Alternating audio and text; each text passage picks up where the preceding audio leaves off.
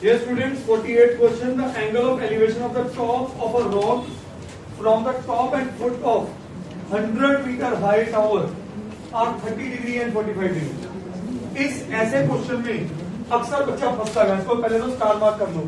Bold नहीं है question, but बहुत इंपॉर्टेंट है.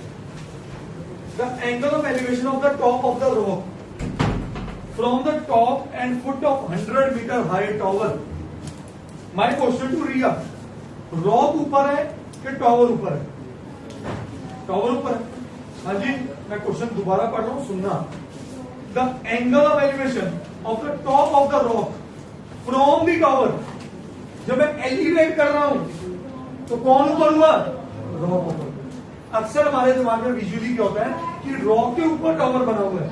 ये उल्टा क्वेश्चन है. क्या कहना है, किसी टॉवर से मैं किसी रॉक को देख रहा हूं, तो ऐसे क्वेश्चन में ये वर्ड पढ़ना है कि एलिवेशन है तो जिसको देखा जा रहा है वो ऊपर है, और अगर डिप्रेशन है तो जिसको देखा जा रहा है वो नीचे है. रिया गलती समझ आई बेटे? सही है? कहानी समझ में आई? The angles of elevation of the top of a rock. ये रॉक है from the top and foot of 100-मीटर हाई टावर. ये 100-मीटर हाई टावर है. दोनों का बेस सेम है. ये टावर है एडी, ये रॉक है सीडी, और एडी की हाइट है 100 मीटर्स. कितनी है? 100 मीटर्स. और angle of elevation of this from the top and bottom of are 30. तो इस टावर के टॉप से रॉक के टॉप को देखूं तो एंगल ऑफ एलिवेशन कितना आ रहा है? 30 डिग्री.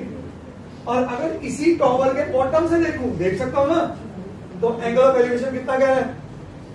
बोलो कितना कह रहा है? 45. तो ये एंगल कितना आया? 45.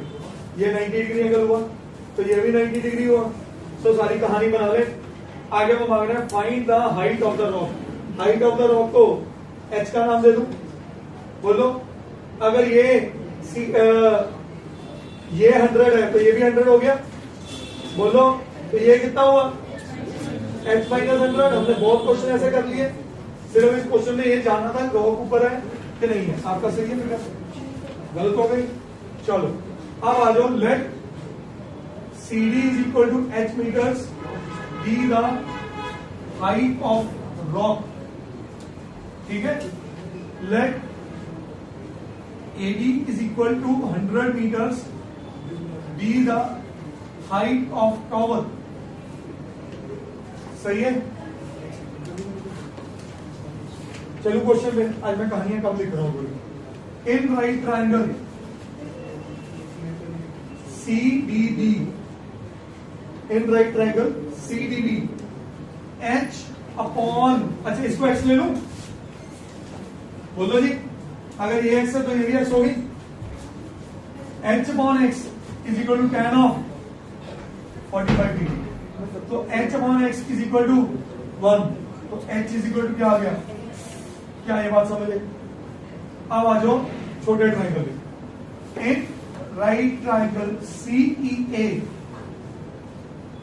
h माइनस 100, क्योंकि उसमें इस एंगल के अकॉर्डिंग ये परपेंडिकुलर है h minus 100 upon x is equal to tan of 30 degree. h minus 100 upon x, tan 30 होता है 1 अपॉन √3. तो h minus 100 is equal to x upon √3. हाँ भाई, तो h minus 100 is equal to h upon √3. Why? Because h is equal to क्या है? x है. हमें तो h निकालना ना, उसने हाइट ऑफ रॉक ही बोला है. हाँ जी, तो h minus h upon √3 is equal to क्या आया? 100. यहां से h कॉमन कर लूं. h कॉमन करके 1 minus 1 upon √3 is equal to 100. तो एलसीएम लिया, √3 minus 1 upon √3 is equal to 100. सही है बेटा? अब h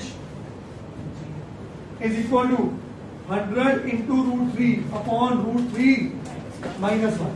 ये बन गया. ये उधर जाके मल्टीप्लाई हो गया. वंश नीचे का √3 माइनस 1 क्या कह रहा है? √3 + 1 से रेशनलाइज करो, सही है। तो h बना 100 √3 इंटू √3 + 1 अपॉन नीचे क्या बना a² - 3 - 1 इज 2 एंड ये 50 पे गया, तो h आया बेटा 50 √3 इंटू, अब इसको सॉल्व करते हैं, √3 इंटू √3 3 इंटू 50, तो ये आया 150, 1 इंटू 50 √3 इज 50 √3। क्या यहां तक समझ आया? अब किसकी वैल्यू पुट कर दूं, और उसने बोला क्वेश्चन है √3 क्या है 1.732, तो h is equal to 150 + 50 into 1.732, ये डेसिमल कटा नीचे आया 1000, 50 2 * 120, सही है।